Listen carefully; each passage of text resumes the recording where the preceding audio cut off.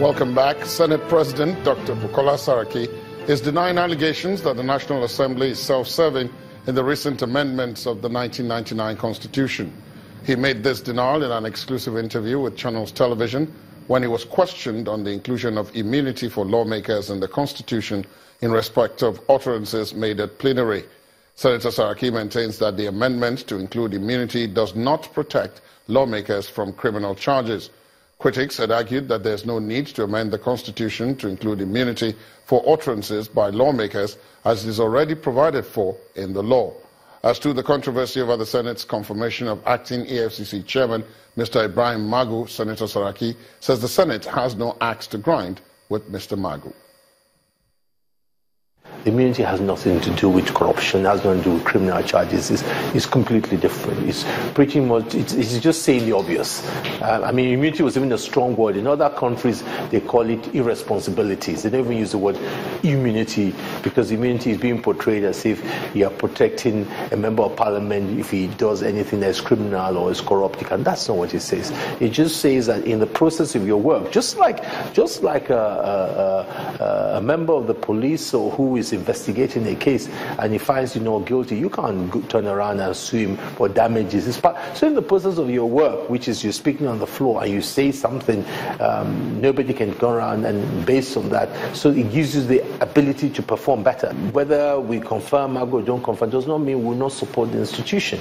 Now, if people who want to report that to mean that it's unfortunate, the non-confirmation of Magu was not our making. You know that if the leadership did not want to confirm Magu, the last day we bring Magu for confirmation is Wednesday on a live program. You know that shows the sincerity of National Assembly that, look, Magu, here, come for confirmation. Look at let the public listen to your confirmation. If we had some agenda or we had preconceived mind that we didn't want, you know that those confirmations come around 1 p.m. on a Thursday, and where you can manipulate, the attendance is low, and we just announce to the public, oh, guess what, we just finished screening, which you didn't see, and this is the result. So first of all, let me discard the fact that anybody has any, if we did, there is no way we'll have brought Magu on a live program on a Wednesday. No way.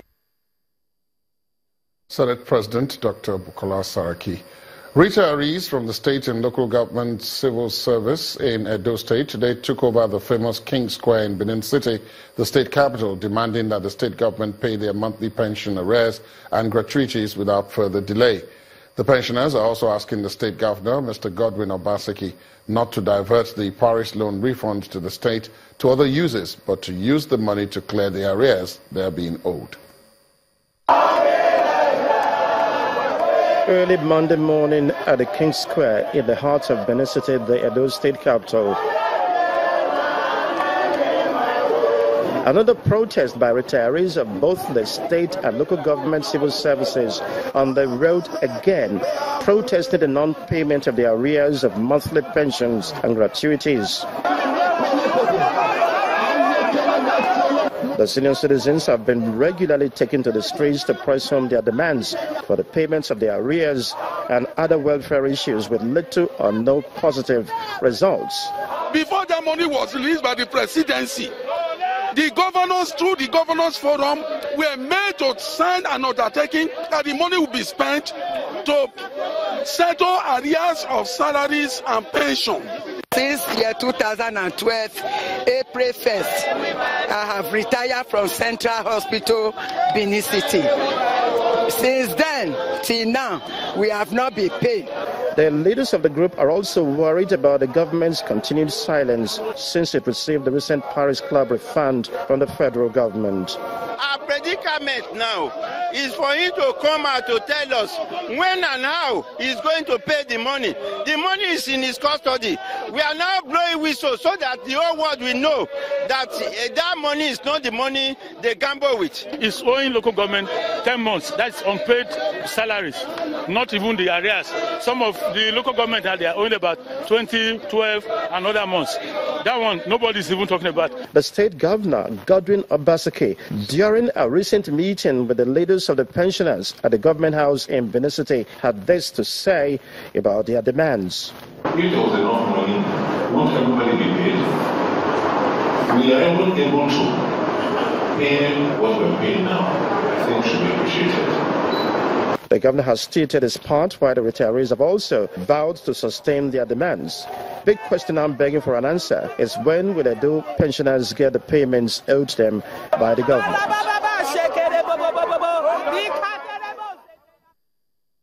Edo to Anambra State, where the police have taken over the People's Democratic Party State Secretariat in Awka, rattling members of the party who assembled for a scheduled meeting. The angry party members expressed bitterness over the inability to gain entrance into the Secretariat, calling the directive unlawful and an abuse of their rights to associate. But the Anambra State Commissioner of Police explains that the directive to cordon off the party Secretariat was from the National Secretary of the PDP, Senator Ben Obi. He says the police are there to secure the place from an attack allegedly being planned by a faction in the party. We saw so many police officers who have cordoned off our state secretariat, and they say that from the order they got, we do not know where the order came from, that we are not allowed to enter into our state secretariat for anything at all.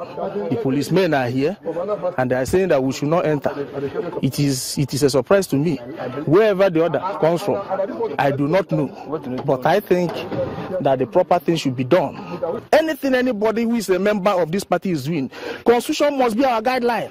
That we have fixed meeting today to come here to transact our lawful political business is not out of place, and that is what we have come to do.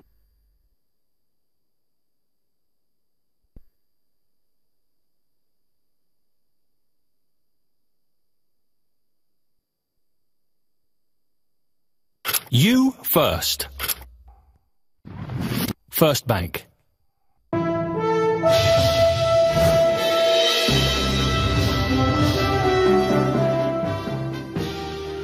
Time for some business news. Nigeria's Minister of State for Petroleum Resources, Dr. Ibe Kachiku, says the country will have to halt the production of crude oil if the cost of producing the commodity remains high.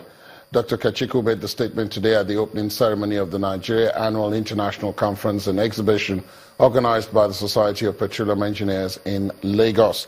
According to him, countries within the United Arab Emirates had cut costs significantly, describing them as the lowest cost producers in the world. Dr. Kachiku says Nigeria may forcefully call for a reduction in the cost if negotiations are not possible, adding that only oil companies that are able to drive down costs will thrive in the country.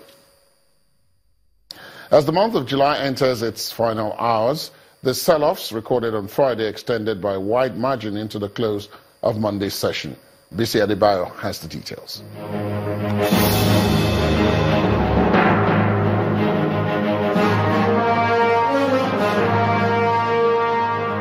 Equities on the domestic bourse ended the last trading day of July with an overhang of Friday's decline on the back of further profit taking by investors. The all-share index fell by 2.77% below the 36,000 level, while the market's total value dropped by over 352 billion naira to 12.353 trillion naira. Heavy profit taking, particularly from the industrial and banking sectors, contributed to the market's downturn, as well as investors' reaction to latest earnings from FBN Holdings. In price performance, 27 losers led by Cement Company of Northern Nigeria, Dangote Cement and GT Bank outweighed the gains recorded by Dangote Sugar and 22 other advances. Total volume of shares sold on Monday was 490.16 million units, worth over 5.26 billion naira in 5,558 transactions, while the most significant traded equities were the shares of FCMB, FBN Holdings and Transcorp. And that's it on the stock market reports. I am Bisi Adebayo.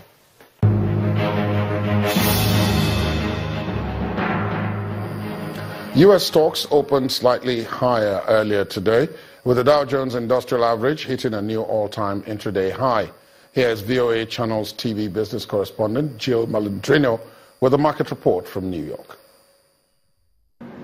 Good morning from the NASDAQ market site in New York City. I'm Jill Malandrino, and welcome to the last day of July 2017 trading, where the markets opened up a touch higher with the Dow Jones Industrial Average leading the way as it hits a new record high just before the 10 o'clock hour of trading. It's going to be another busy week of trade for the desks in the U.S. as we have a number of manufacturing, consumer, and housing data on tap for the week, in addition to monthly auto sales. The earnings front will be especially busy with everyone's favorite stock to trade, NASDAQ-listed Apple, after the market closes on Tuesday, in addition to a number of insurance stocks, consumer staples, as well as industrials. From the NASDAQ market site in New York, I'm Jill Malandrino, and this is VOA Channel's Business News. All futures closed at more than 2-month highs today, as news of a producers' meeting next week added to bullish sentiment driven by the threat of U.S. sanctions against OPEC member Venezuela. The United States said sanctions in Venezuela's oil sector could be announced anytime soon in response to Sunday's election of a constitutional superbody, which Washington has denounced as a sham vote. Some OPEC and non-OPEC members are expected to meet on August the 7th to 8th in Abu Dhabi to weigh options on increasing compliance with the production cuts which began on January the 1st. International benchmark Brent crude futures fell 24 cents to $52.54 a barrel, around 6 local time. Major world markets ended July in mixed territory after investors digested lower than expected China July manufacturing and services PMI and strong earnings on Wall Street. Let's take a look.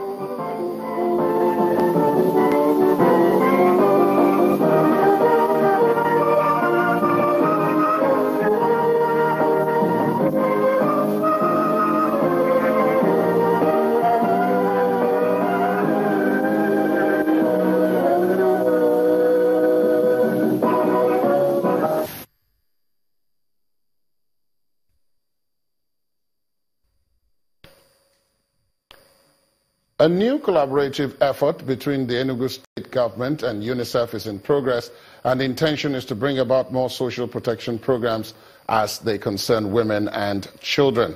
The UNICEF country representative in Nigeria, Mohammed Malik Fall, is in Enugu state to announce the beginning of new social protection programs for women and children by January 2018.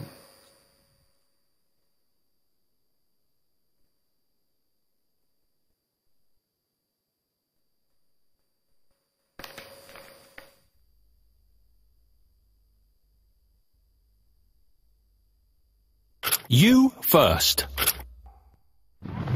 First Bank.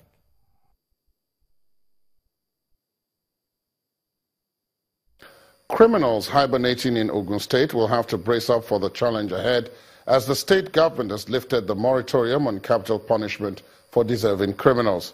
The State Attorney General and Commissioner for Justice, Dr. Olumide Ayeni, and the Commissioner for Information, Mr. Dayo Adine, say the decision is expected to stem the tide of crime in the state. There has been an informal commitment somehow not to carry out the process. In other words, we've been truncating it in the past, but we see that recidivism will set in that people will, always offend, and we have an increase of heinous crimes. Take the Bagdu cultism incidences. We don't have to wait until it spills over into Ogun State before we take proactive action. Kidnapping, militancy generally, and so on, which is on the rise. It behoves us in Ogun State to also take measures to make sure that we don't get that spillover from neighboring states, especially in border towns, Ogijo, Isheri, Ogun Waterside, and so on. So we hope by lifting this moratorium that we'll be able to stem this tide of violent crimes in Ogun State. Still ahead on the news at 10, French city of Paris poised to host 2024 Olympic Games as Los Angeles decides to wait another 4 years to host the event. That's on Sports News. Please stay on with us.